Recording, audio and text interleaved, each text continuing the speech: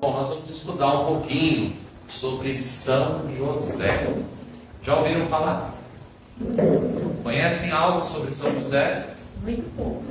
Muito pouco, quase nada, né? Isso é mais comum do que a gente imagina. A maioria das pessoas na igreja conhece pouco São José, ou quase nada. A gente está com uma turma que vai se consagrar São José agora dia 19, quarta-feira próxima. Uma paróquia onde eu dou aula. Mas vamos lá. Vamos para as questões iniciais. Quem é São José? Quais são suas características? O modelo de santidade que ele representa para os cristãos. São algumas das perguntas que vão guiar o nosso estudo de hoje. Tá? O mistério de São José. Embora São José seja citado apenas 14 vezes nos evangelhos, são só 14 vezes. Tá? E ele é mencionado apenas em 26 versículos. São 14 citações, 26 versículos. Só isso. Nenhuma palavra sua foi registrada. Não há uma palavra que São José tenha dito, que tenha sido escrita. Mas o silêncio e o certo fala de uma santidade discreta e de uma entrega absoluta aos desígnios de Deus. Primeira coisa que nós precisamos entender. Tem muita gente que não compreende o básico, principalmente os nossos irmãos separados. Ficam com uma ideia de que porque Maria não aparece muito, ou porque José não aparece muito nos evangelhos, eles não têm importância. Não é isso. Em absoluto. É importante a gente entender o básico. Qual é o básico? Os evangelhos não são a biografia de Jesus. Os evangelhos são a mensagem de Jesus, não sua biografia. Uma biografia é uma obra de um gênero literário, de um estilo literário, né? Onde ela narra a vida de alguém. Então a biografia conta a vida, conta a história da vida da pessoa. Os evangelhos não são uma biografia. Os evangelhos são um testamento. São a mensagem de Jesus. Por isso, você vai ouvir umas coisas meio absurdas por aí, né? Ah, mas por que Jesus não chama Maria de mãe? Eu nunca vi Jesus chamar São José de pai nos evangelhos. Porque não é a biografia dele. Então as coisas que são pertinentes à sua vida cotidiana foram omitidas. Por quê? Porque o propósito dos evangelhos é nos anunciar Deus, o céu, a salvação, nos mostrar como ir para lá. É isso. Os evangelhos são a mensagem de Jesus. Ah, por que não aparece nada de Jesus dos 12 aos 30? Por isso. Porque não é biográfico. É a sua mensagem. Ah, mas fala do nascimento. Para dar contexto. Para dar contexto, para mostrar que as profecias se cumpriram, para mostrar que ele é o Messias. Então se fala da anunciação, se fala do nascimento, se fala do chamado de São José, se fala de alguns pormenores ali no início. Quando vai falar de Jesus aos 12 anos, há um propósito. Ele está passando para a maioridade religiosa, ele está vivendo um momento agora de fala, onde ele ganha voz na sinagoga, onde todos ficam admirados com a sua sabedoria, os doutores da lei ficam extasiados diante daquilo que ele tem a dizer, mas a sua vida pública vai começar aos 30, bem mais tarde. Quando começa a vida pública, ele vai começar a anunciar o reino, anunciar a salvação, anunciar tudo aquilo que ele veio nos anunciar, revelar o Pai, Filho, Espírito Santo, a revelação da nossa fé, a mensagem de Jesus. Não é a sua vida em detalhes, em minúcias. Então eu vou dizer uma coisa com clareza. É óbvio que Jesus chamou Maria de mãe, de mãezinha, de mamãe, como chamou São José de pai, de papaizinho, de papai, porque qualquer criança faz isso. E Jesus foi criança. Jesus brincou, Jesus se alegrou, Jesus chorou. Jesus foi um ser humano também. Lembra? Duas naturezas em uma só pessoa.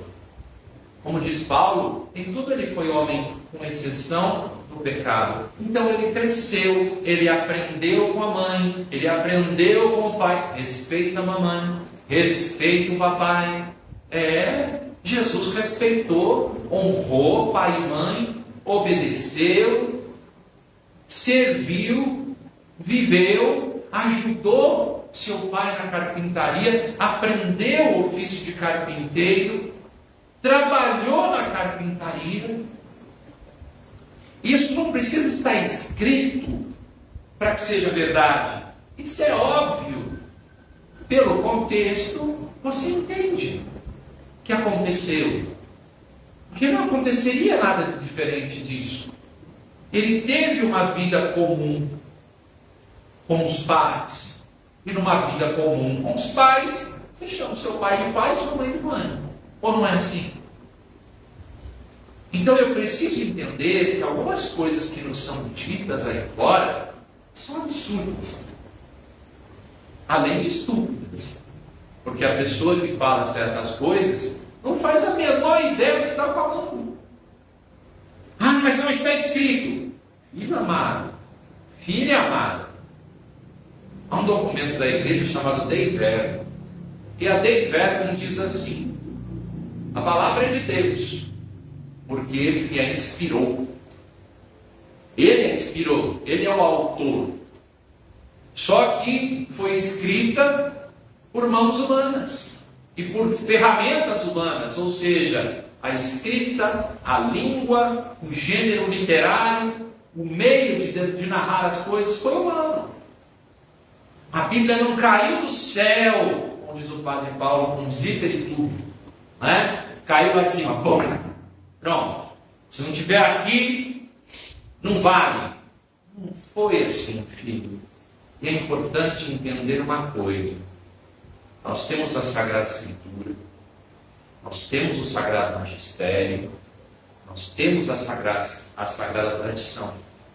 Mas nós não somos o povo de um livro. Nós somos o povo de um Deus vivo. Nós seguimos a Jesus vivo. Tá? Vivo. Nós não seguimos apenas um livro. Então eu preciso entender. A palavra de Deus, a Sagrada Escritura, é a fonte de revelação. Sim. É importante? Sim. Mas interpretada dentro do contexto correto. Por isso que é bom ser católico. Porque quem interpreta a Escritura para nós é a igreja.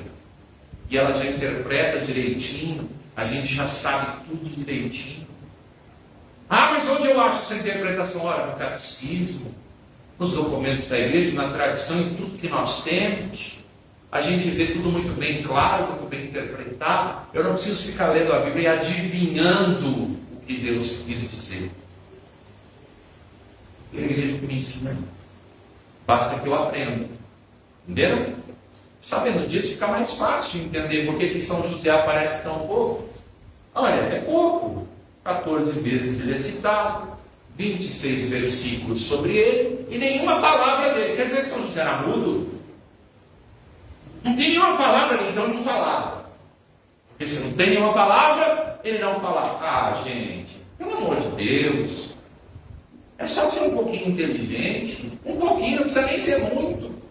Um pouquinho inteligente para perceber, olha, não tem nenhuma frase, nenhuma palavra direta de São José, porque na hora que o evangelista foi mencioná-lo, ele não achou necessário. E São José fala com atitudes, muito mais do que com discursos. Ele fala com atitudes. Maria fala pouco, José menos ainda, mas José age, né? E a gente vai ver isso. Então, algumas características de São José. Descendência real. Ele é da casa de Davi. conforme Mateus 1,16 e Lucas 1,27. Justiça e obediência. José era um homem justo. Mateus 1,19. Silêncio eloquente. Seu silêncio reflete sua fé profunda e o total abandono à vontade de Deus. O papel central na Sagrada Família, como esposo de Maria e pai legal de Jesus, ele foi um modelo de amor, humildade e serviço. Ele é tudo isso.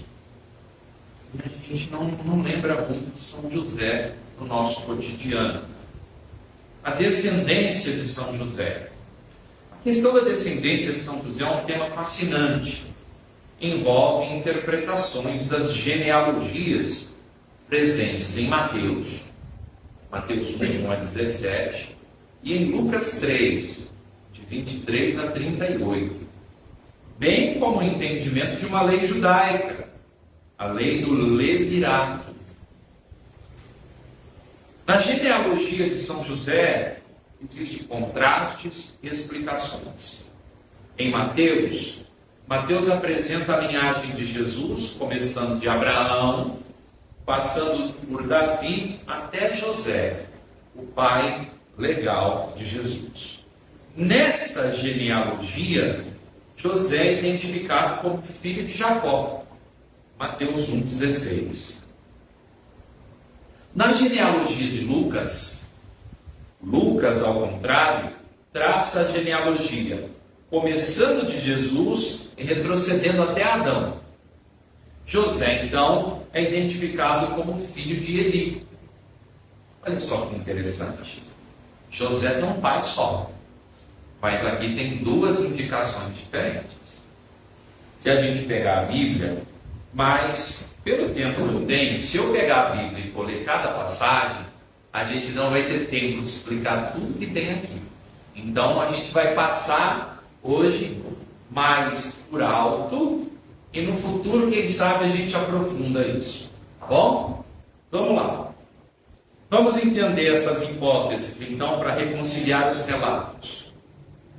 A linhagem de Maria versus a linhagem de José. É a primeira hipótese. Mateus teria registrado a linhagem de José, destacando sua relação com a promessa messiânica feita a Davi.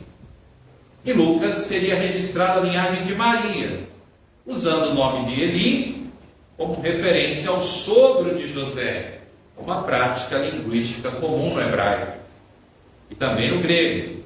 Nesse caso, Eli seria o pai de Maria, tornando José seu genro.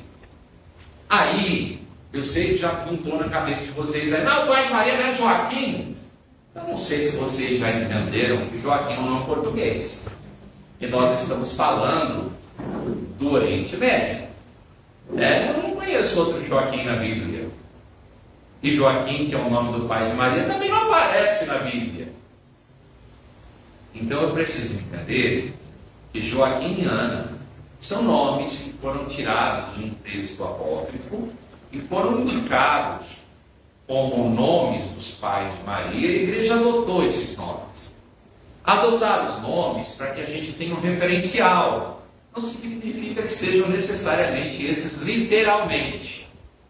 Tá bom? Então, é muito mais provável. A gente pode pegar, e é interessante a fonte. No Alcorão muçulmano, no Islã, cita-se o pai e a mãe de Maria. No livro do Alcorão, há um capítulo sobre Maria. E lá, o nome da mãe é Haná. Derivar a Ana daí não é difícil, né? É muito provável que tenha sido Haná mesmo. E o nome do pai é Eli, como está no texto bíblico, na genealogia aqui apontada. Olha só, Eli e Haná, pai e mãe de Nossa Senhora. O Alcorão foi escrito 630 e tantos anos depois do cristianismo. Mas ele tem uma fonte interessante. Ele buscou nas fontes cristãs para indicar esses nomes.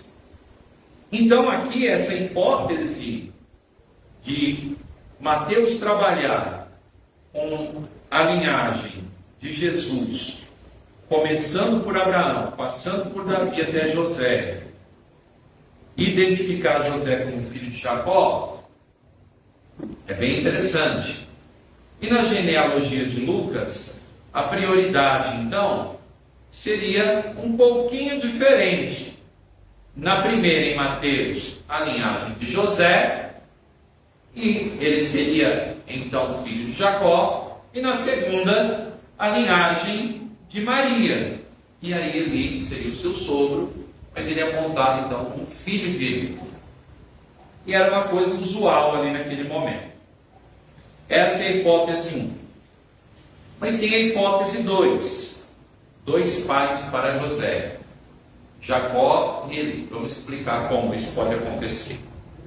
Ambas as genealogias podem ser de José, mas explicadas pela aplicação da lei do levirato. Jacó, então, e Eli seriam irmãos. É a segunda hipótese. Tá? Quando Eli morreu, sem filhos, homens, Jacó teria tomado sua viúva como esposa, gerando José. Nesse caso, José seria filho biológico de Jacó e legalmente de Eli, conforme prescrito em Deuteronômio 25, 5. Veja, era comum, segundo a lei do levirato, e essa lei determinava o seguinte: se um homem casado morresse sem deixar descendência, o seu irmão, deveria casar-se com a viúva. E o primeiro filho gerado dessa união seria considerado legalmente como filho do irmão falecido. Entenderam? Preservando a linhagem familiar. Então a ideia aqui é que ele morreu, Jacó casou-se com a esposa de Eli, biologicamente gerou José, mas pela lei do levirato, José seria considerado legalmente filho de Eli. Então na descendência apareceria como filho de Eli. Então, aqui tem 2 hipóteses para explicar essas diferenças nas genealogias. Genealogia é aquele negócio da Bíblia que você sempre achou que não servia para nada, que você normalmente não lê. Lembra?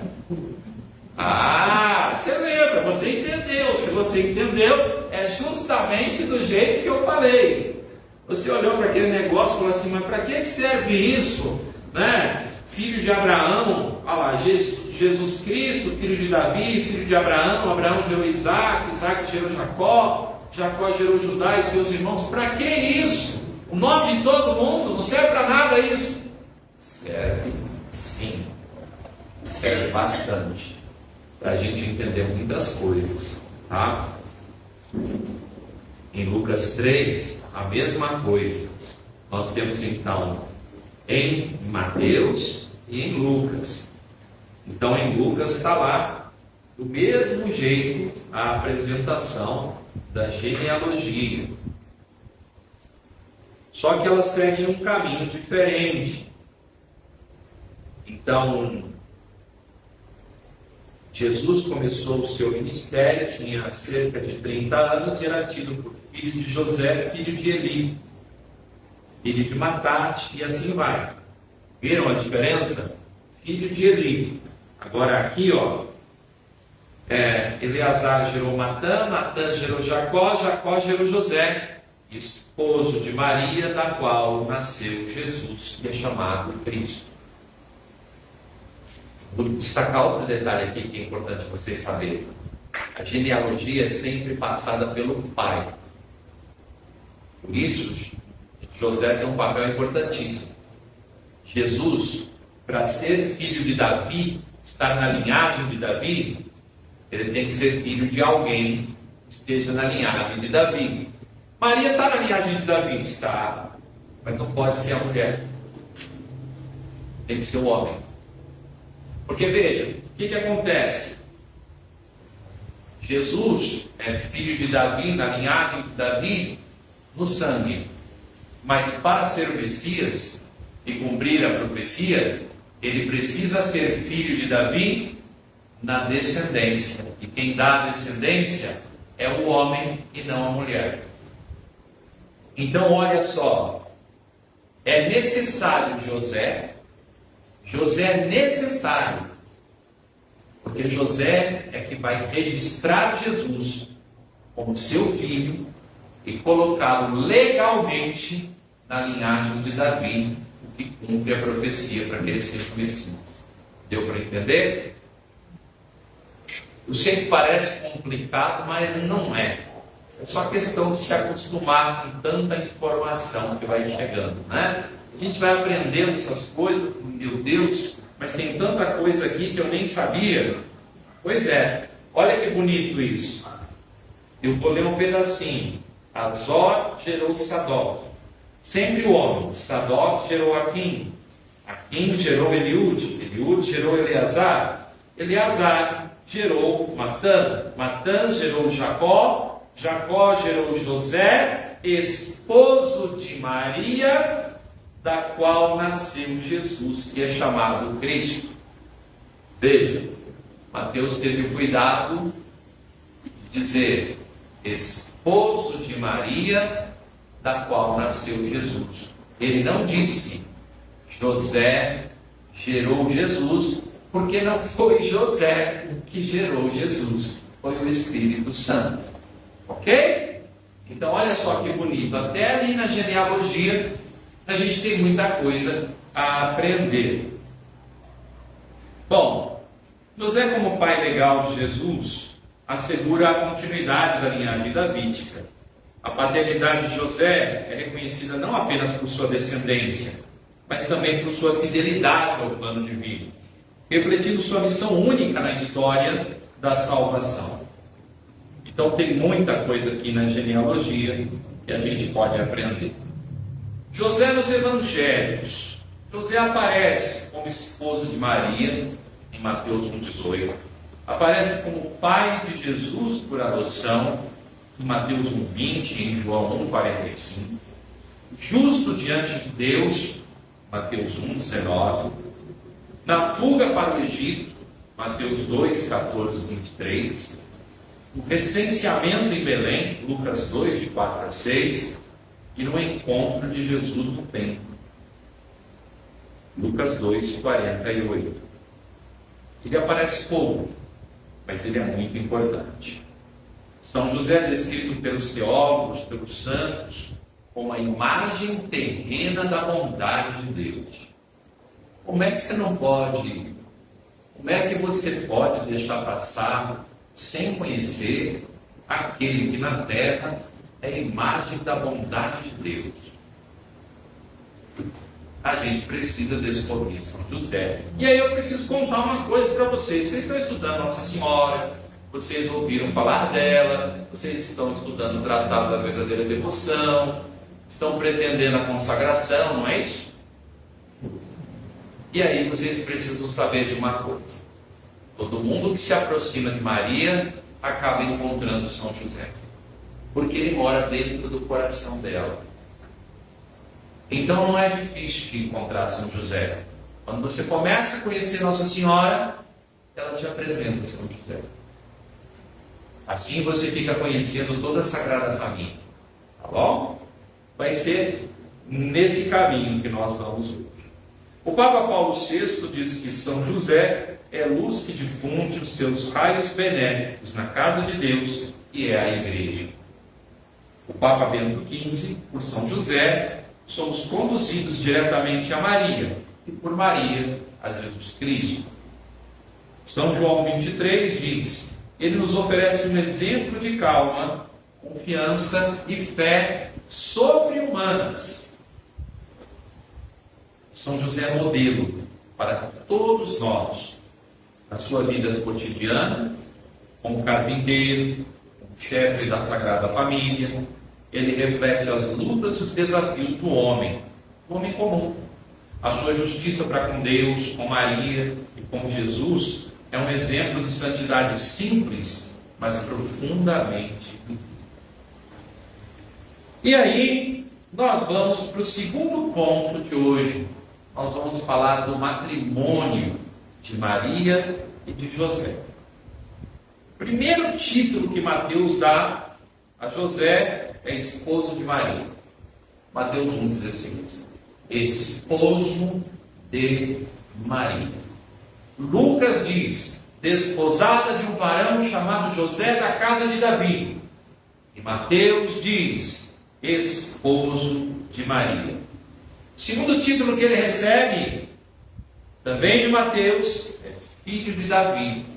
Mateus 1,20. E entre os dois, ele insere um qualificativo. Justo. Mateus 1,19. Então, esposo de Maria, filho de Davi e justo. Esse é São José. Vocês vejam que São José é alguém importante, alguém interessante. Para começo de conversa, para ser justo naquele tempo, não era qualquer pessoa, não. Alguém, para ser justo, precisava ser alguém muito íntegro, alguém muito correto, alguém muito temente a Deus. Porque esse adjetivo, justo, perante a sociedade judaica naquele momento, normalmente era dado pelo rabino, pelo chefe da sinagoga. Chefe da sinagoga dizia que alguém era justo. Era um título. Alguma coisa assim muito mais forte do que um mero adjetivo. Quer dizer que de fato São José era justo, correto, íntegro, temente a Deus. Bom, ele tem um grau de santidade exigido no objetivo para qual esses dois títulos são atribuídos. Inserir o verbo na família humana. A messianidade de Jesus, como eu disse a vocês, depende do casamento de Maria e José. É natural que Mateus evidencie que ele é esposo de Maria. O evangelista se interessa em definir que Jesus foi concebido pelo Espírito Santo e não o momento da concepção, durante ou depois do casamento. Mesmo porque o verbo que ele usa é ministério, utilizando por Mateus, pode ser interpretado dentro da ideia do casamento judaico. Ele é casado, ele é esposo, mas ele está na primeira etapa do casamento. A primeira etapa do casamento judaico, eles ainda não moravam juntos. Era um compromisso feito normalmente entre as famílias. Esse compromisso já é casamento, não pode ser desfeito, a não ser por viuvez ou por divórcio, que é o repúdio que Mateus menciona. Isso não pode ser desfeito. Para nós, na nossa sociedade ocidental hoje, se parece muito mais com um casamento no civil do que com um noivado, ou com um namoro, ou com um mero compromisso. Tá? Então é importante a gente entender isso. Ele é casado com Maria. Só que na primeira etapa do casamento judaico, eles ainda não moram juntos. Nessa primeira etapa, cada um tem sua função. O rapaz vai trabalhar, vai edificar a casa, vai preparar os móveis, vai juntar o dote para entregar à família da moça e para mostrar que ele é capaz de sustentá-la. A moça vai preparar um enxoval, vai preparar todas as coisas e vai esperar pelo rapaz. Lembra de Jesus falando das 10 virgens que tem que esperar com a lamparina acesa? Então, Maria teve que esperar com a lamparina acesa, cheia de óleo, porque a moça nunca sabe se o rapaz vai vir de dia ou de noite. E quando ele vier, ela tem que ir com ele, porque é o momento das núpcias. E se ela não estiver pronta a não reconhecê-lo, ela não vai. E ele vem buscá-la.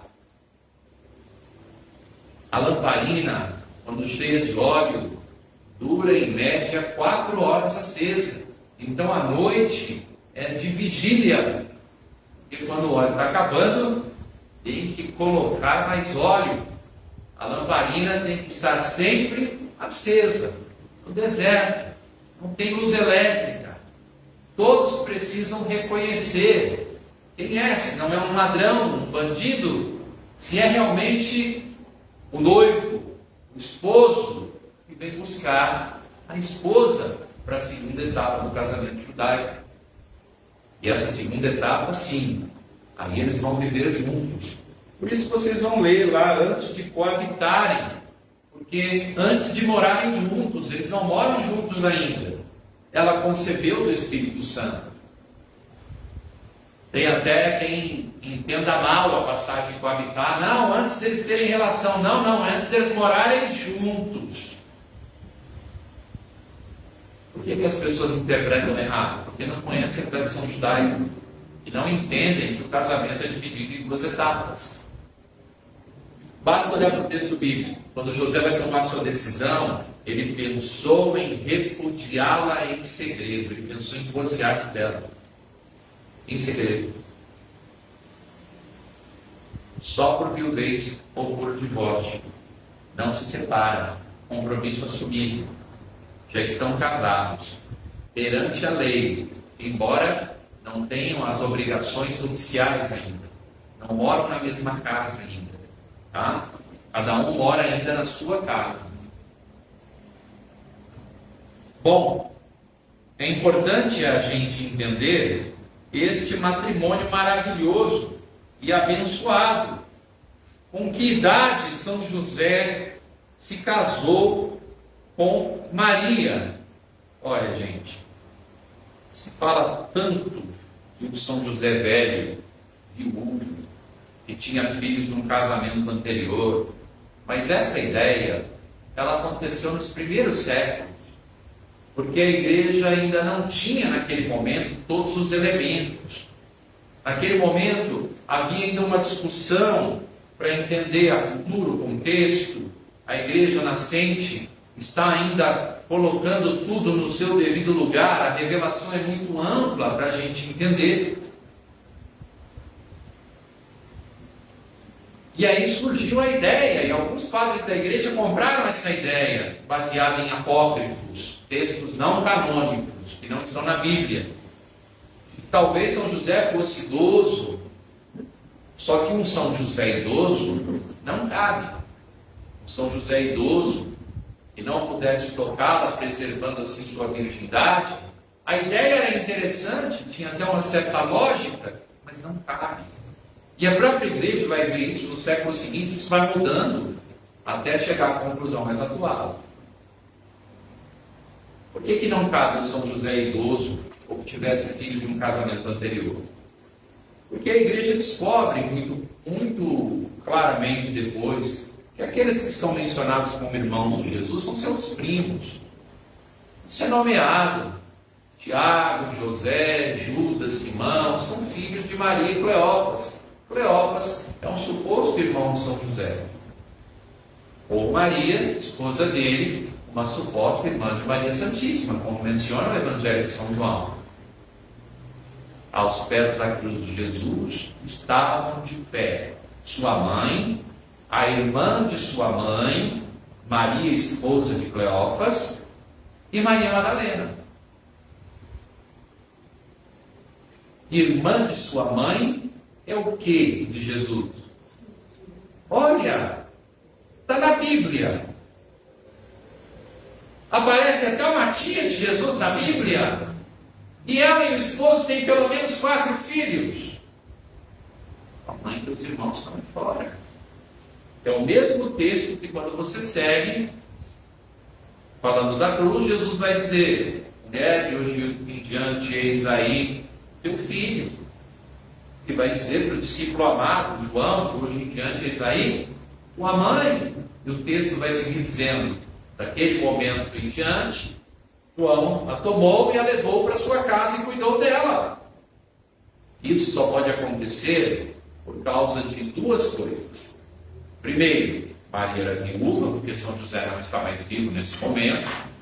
E segundo, ela não tem outros filhos, senão os filhos cuidariam dela. Mas como ela é viúva e não tem nenhum filho para cuidar dela, João é encarregado de tal função. Está na Bíblia. Está na Bíblia. Não é claro isso para vocês? Então, um José idoso tem sérios problemas. Um José idoso não seria capaz de viajar a Belém. Um José idoso não seria capaz de fugir para o Egito. Um José idoso não seria capaz de cumprir as funções para a qual São José foi designado. Prover a Sagrada Família. Proteger a Sagrada Família. Né? Guardar, defender, prover, sustentar, cuidar, educar Jesus. José precisa ser um homem em condições de viver tudo isso. E a igreja entendeu tudo isso. Você prejudica até as virtudes de São José, patrono da castidade, o São José que é virgem. Você prejudica tudo isso quando você começa a colocar circunstâncias, situações a partir de uma idade avançada. Então a igreja entende isso e retira José idoso e começa a trabalhar com José um pouco mais novo, ali na faixa dos 40, 50 anos. Mas isso também não cabe. E esse pensamento vai evoluindo dentro da igreja até chegar à conclusão mais atual. Qual é a conclusão mais atual dos estudiosos de São José? Que São José casou-se com Maria na idade de um jovem judeu para casar-se. E qual é a idade de um jovem judeu para casar-se? Entre 18 e 25 anos. Então São José tem entre 18 e 25 anos quando ele recebe Maria como esposa. A idade exata, ninguém sabe. A idade aproximada, entre 18 e 25 anos. Então isso é interessante, porque você começa a ter um panorama diferente sobre São José. Você já começa a pensar assim, então a minha imagem de São José está errada, ele está meio careca, né? Ele está com uma aparência assim, com 50 para lá, então tem que dar uma imagem de São José um pouco mais novo, porque ela ali não está muito bem, não. E quando o menino Jesus está junto, fica meio desproporcional, entendeu? Você olha para São José e fala, não. A gente vai entender mais ou menos um pouco isso quando a gente considera o período da morte de São José. José morreu no início da vida pública de Jesus. Já vou falar disso mais em detalhes. Mas se ele morreu no início da vida pública de Jesus, Jesus tinha 30 anos. Se Jesus tinha 30 anos quando José morreu, vamos pegar um José entre 18 e 25. Vamos colocar 20 anos. Com mais 30? 50 anos. Então José morreu ali pelos 50 anos. Então um José de 50 com um menininho é só uma expressão artística. Tá? É só uma expressão artística. Não quer dizer que seja assim. Mas tinha imagens. Então, imagens mais antigas de São José, ele vai estar mais velho. Depois, as imagens mais recentes, você vai ver que a idade vai diminuindo. Tá bom?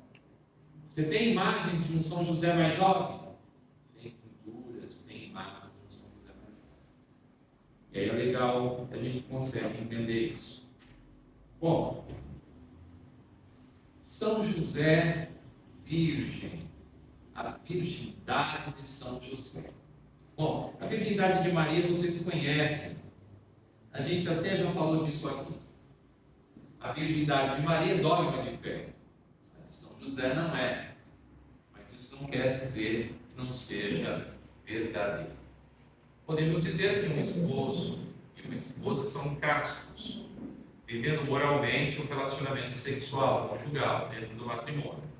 Contudo, só são virgens quando eles se abstêm totalmente por causa do reino dos céus, de qualquer exercício sexual. Maria é virgem perpétua, disso a gente sabe, é dogma de fé, não se questione. E a gente não para pensar que São José também é virgem. Bom, se a gente considera um José que casou-se entre 18 e 25 anos, com a idade correta de se casar, a gente então entende que José casou virgem. Ele não é velho, ele não é pai de outros filhos, não é viúvo, não tem filhos de um casamento anterior. Ele casou virgem e a igreja entende a virgindade de São José. Se ele casou-se virgem e Maria virgem perpétua, ele permanece virgem e ele morre virgem. São José é o pai da castidade, da pureza, não é? Ele é o padrão de tudo isso. Também dessa virgindade. São José é virgem durante toda a sua vida. Olha que bonito. São José é exemplo para muitos religiosos que guardam a sua virgindade. Eu não sei se vocês sabem disso. Eu sei que vocês sabem, já pararam para pensar, que o padre vive o celibato. Todo mundo sabe que o padre vive o celibato. O que muitos de vocês não sabem é que muitos padres são virgens. Porque nunca tiveram uma namorada e nunca fizeram nada errado se tiveram uma namorada. Claro que tem alguns que não são, mas tem muitos que são e você não sabe. Que são virgens e que viveram a sua virgindade para o Senhor e que morrem virgens para o Senhor, assim como tem muitas religiosas que são virgens. Mas é mais fácil você pensar na freira virgem do que no padre virgem. Eu conheço alguns. Tem um amigo monge, há muitos anos não vejo, era superior do mosteiro na época, e um dia ele me contou isso. Nunca teve uma namorada na vida. Desde menino, queria ser padre. Queria ser de Deus. É monge. E é um dos caras mais felizes que eu já conheci na vida. Sempre sorrindo. Sempre feliz. Porque encontrou sua vocação. Encontrou a sua vivência. São José é modelo de virgindade. E a gente precisa entender isso.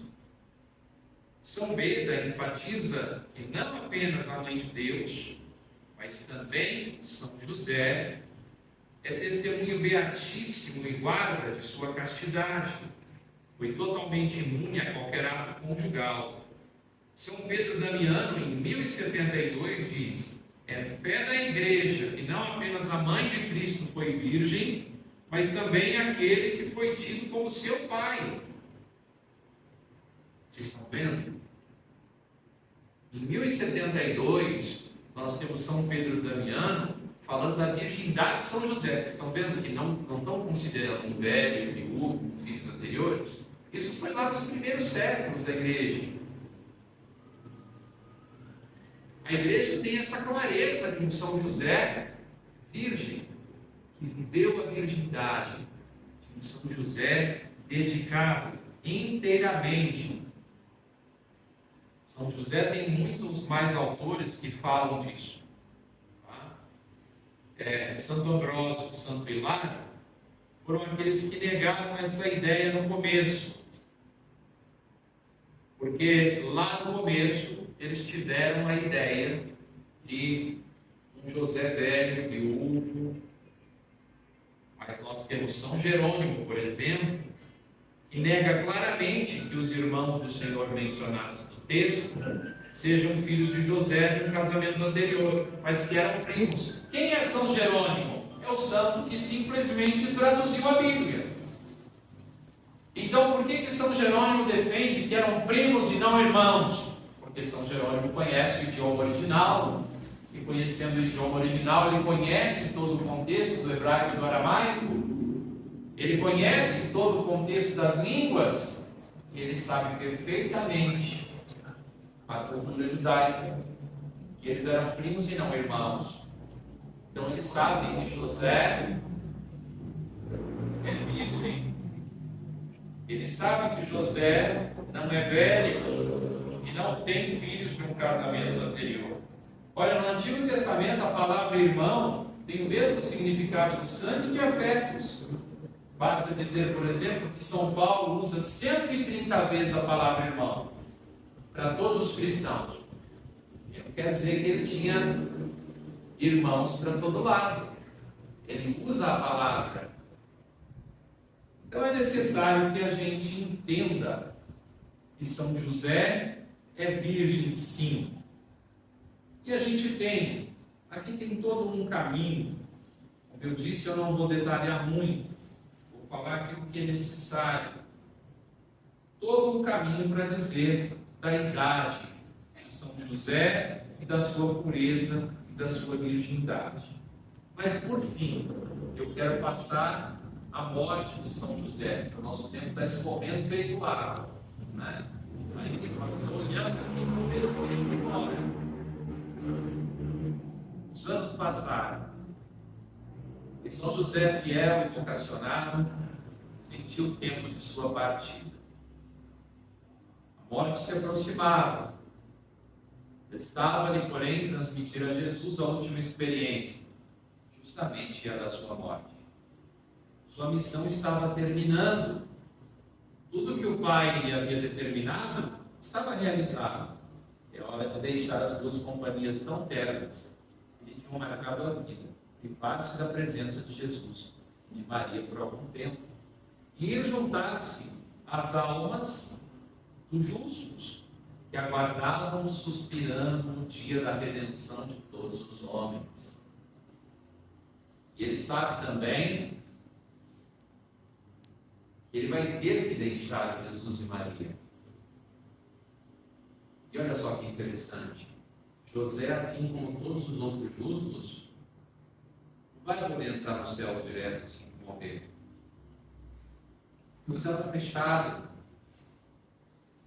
É preciso ainda o sacrifício de cruz, é preciso a morte e a ressurreição do Senhor. Isso ainda não aconteceu. Então José pode dizer aos outros: olha, ele chegou. Mas ainda não aconteceu. Só depois do sacrifício do Senhor. Não podemos dar uma resposta precisa sobre o número de anos que São José viveu. Eu disse a vocês, a gente pode fazer estimativas. Essas estimativas estão mais perto que a gente chega. Não dá para ter um número exato. Tá bom? Mas é uma pergunta que fica. A gente recorre a opiniões da Sagrada Escritura, tem divergências, tem aqueles que pensaram que São José morreu mais tarde, mas por fim, a opinião mais interessante é que São José morreu quando Jesus vai iniciar a sua vida pública. São José morreu, para localizar na Bíblia, ele morreu logo depois do batismo de Jesus nas águas do Rio Jordão e antes das bodas de Caná da Galileia. Como é que a gente sabe disso? Ora, a estimativa é que ele tenha morrido quando Jesus vai começar a sua vida pública. É hora dele sair de cena, porque ele já cumpriu o seu papel. Ele protegeu, ele sustentou, ele cuidou, ele fez tudo o que ele tinha para fazer. Agora Jesus começa a fazer a sua missão e José encerra ali. Até porque ia ser complicado José como guarda de Jesus, e Jesus, sendo perseguido, sendo maltratado, depois sendo preso, sendo torturado, sendo crucificado. Se José estivesse vivo, provavelmente morreria junto. Porque sua missão era proteger Jesus. Então é preciso recolher José. Há quem pensasse que José, olha, como José só aparece no texto bíblico até os 12 anos de Jesus, há quem considere que São José tenha morrido ali por volta dos 12 anos de Jesus. Mas essa hipótese ela não tem força. Por quê? Se ele morresse com Jesus aos 12 anos, ele não cumpriria o seu papel. A sua missão de proteger, de guardar, de prover Jesus e Maria. Então, José viveu, pelo menos até o início da vida pública de Jesus. Nas bodas de Caná da Galileia, fica claro, é uma festa de casamento de alguém próximo. Vocês sabem quem é o noivo? Nunca contaram para vocês? Judas Tadeu.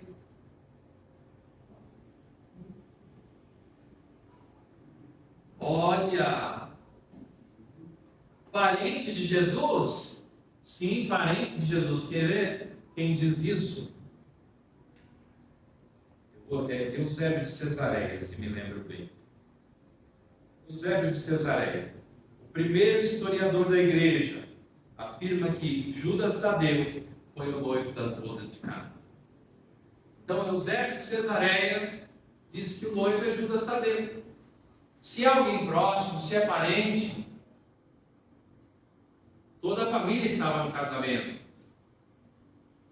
E no texto de João, você vai ver quem está no casamento: Jesus, Maria e os seus discípulos. José está lá? Não. Por quê? Tinha morrido. Tá? Então José morreu antes das bodas de Caná. Provavelmente logo no início da vida pública de Jesus. Ali, em torno do batismo de Jesus, nas águas do Rio Jordão. Tem até quem tivesse defendido que José foi até os pés da cruz. Mas isso não aparece na Bíblia. Tá? E como eu disse a vocês, não faz sentido, porque José não deixaria. A missão dele é proteger. Agora, tem uma coisa que eu queria muito mostrar para vocês hoje. Assim como não tem um texto direto, a não ser um texto da tradição, não tem na Bíblia um texto da tradição que fala sobre o trânsito de Maria, a morte de Maria. Nós temos um texto da tradição que fala sobre José. Na verdade, vejam só.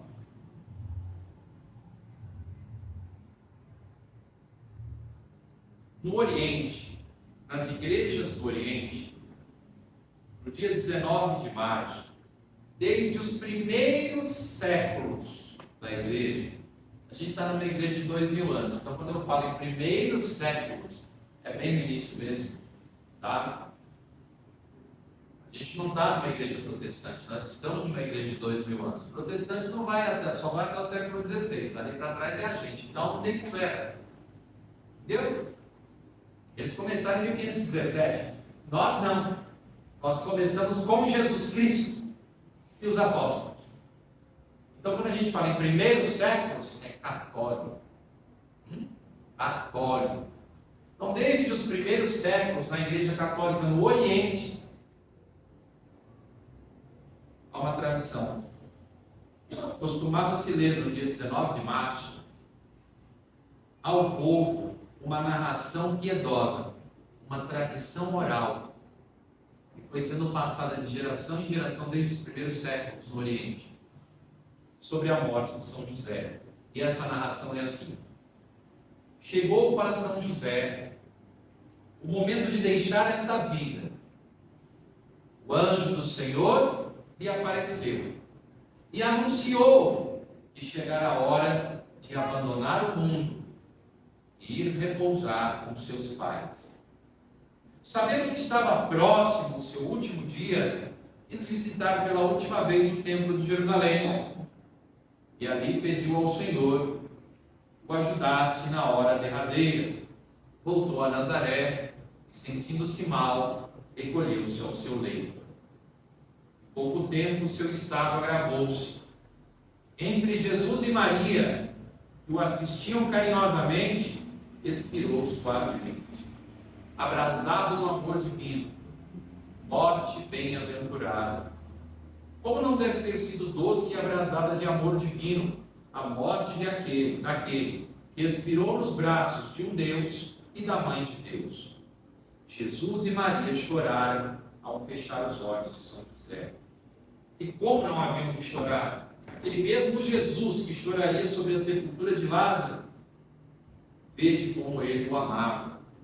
Disseram os judeus: José não era só um amigo, mas um pai querido e santíssimo para Jesus. Ele ensinou respeito às tradições do seu povo. Tudo ele aprendeu com seu pai. Aprendeu a lei, aprendeu a Torá, aprendeu tudo com seu pai, a dignidade, o respeito. A gente vê isso aonde? Nos evangelhos. Quando Jesus diz assim: qual pai? E quando um filho lhe pede um pão, lhe dá uma pedra. Ou lhe pede um peixe, lhe dá um escorpião. Qual pai? Se vós que sois maus, sabeis dar boas coisas aos vossos filhos, quanto mais vosso Pai Celeste dará o Espírito Santo aos que pedirem. Tem dois pais nessa passagem. O Pai Celeste é o que dá o Espírito Santo, mas o Pai bom, o Pai que dá o pão, o Pai que dá o peixe, o Pai que provê, o Pai que cuida, é São José. Ah, mas ele disse: vós que sois maus, porque só Deus é bom. Não quer dizer que São José fosse mau, quer dizer que nós somos imperfeitos, porque só Deus é bom. Mas se nós que somos imperfeitos sabemos ser bons com os nossos filhos, como José foi com ele, quanto mais o Pai Celeste é bom com todos nós. Então a gente percebe nos exemplos cotidianos que Jesus dá o Pai que ele teve. Jesus que quer a justiça e quer tudo correto, ele aprendeu isso com o Pai. Ser temente, obediente, dócil, tudo isso ele aprendeu com o Pai. O Pai é o chefe da casa, principalmente dentro desse contexto. Eu sei que no Ocidente, hoje, para nós, está tudo muito distorcido, mas aqui tudo é muito claro. O Pai é o chefe da casa, é do Pai a primeira e a última palavra, é o Pai que cuida, é o Pai que alimenta, é o Pai que sustenta, é o Pai que protege, é o Pai que é exemplo, é o Pai que conduz a família. Veja, quando o Senhor vai mandar que a Sagrada Família se retire e fuja e vá para o Egito, o anjo não vai falar com Maria, vai falar com José. Foi Deus quem dispôs assim. José reúne a sua família, vai e obedece à ordem de Deus. Quando Deus manda voltar e tudo está seguro, José volta. E José é exemplo de silêncio, de obediência. Não fica questionando Deus. Ele tem dúvidas no seu coração naquele primeiro instante?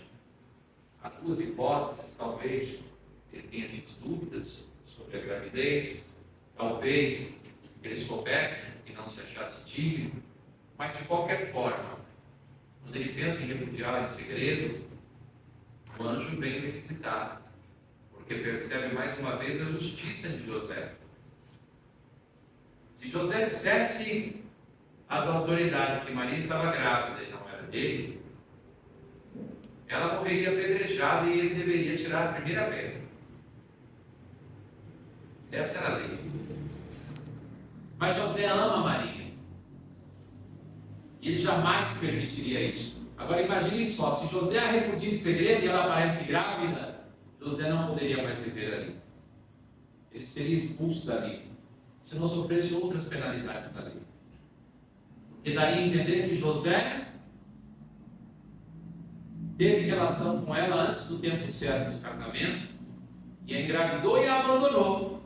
Então José não teria mais lugar, ele teria sua reputação destruída, sua vida destruída, tudo destruído.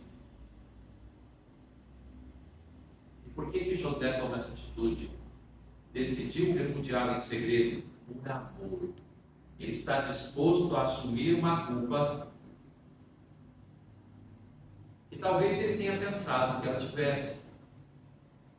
Ele morreria por ela, ele assumiria a culpa por ela, se fosse necessário.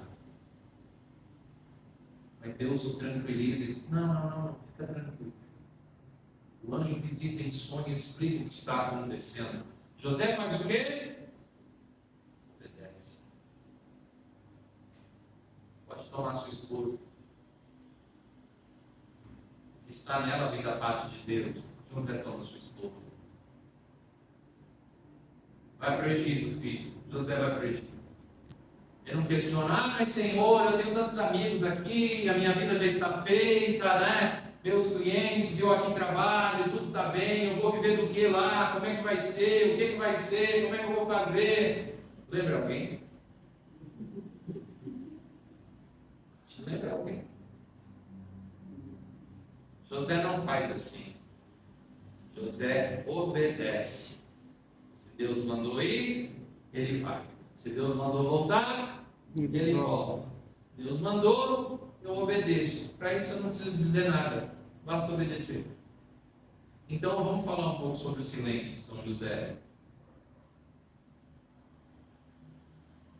Isso só quer dizer para nós que a gente tem que falar menos e obedecer mais. O que vocês acham? Isso Não é fala de nada, graça. né? Tá bom. É só isso. Obedece a Deus. Silencia mais, discute menos, reclama menos e obedece mais. E você vai ver as coisas acontecerem. E quando a gente adoça e obediente, Deus age com mais propriedade na nossa vida. Eu penso que falei tudo que devia falar por hoje. Eu sintetizei em 1 hora e pouco um curso que leva 12 aulas. Então, é aquilo que dá para fazer nesse tempo. Mas é o suficiente para a gente ter uma noção sobre São José. Uma ideia de um José que é justo, que é corajoso, que é correto, que é silencioso, que é obediente. Um José que é virgem, que é jovem. Um José que é fiel. Um José que é santo. Um José que morre no tempo em que cumpre sua missão. Um José que viveu tudo aquilo que Deus tinha para ele. Quem sabe eu conto para vocês um dia, e há uma hipótese até, de que São José foi ressuscitado com aqueles que levantaram do túmulo quando Jesus morreu na cruz e andaram por Jerusalém. Mas isso vai ficar para outra hora. Isso, é esse sentimento que eu quero, senão eu perco o meu trabalho. Como professor, como pessoa que fala das coisas de Deus, eu preciso deixar vocês com a curiosidade de querer saber mais. Eu não posso encerrar tudo.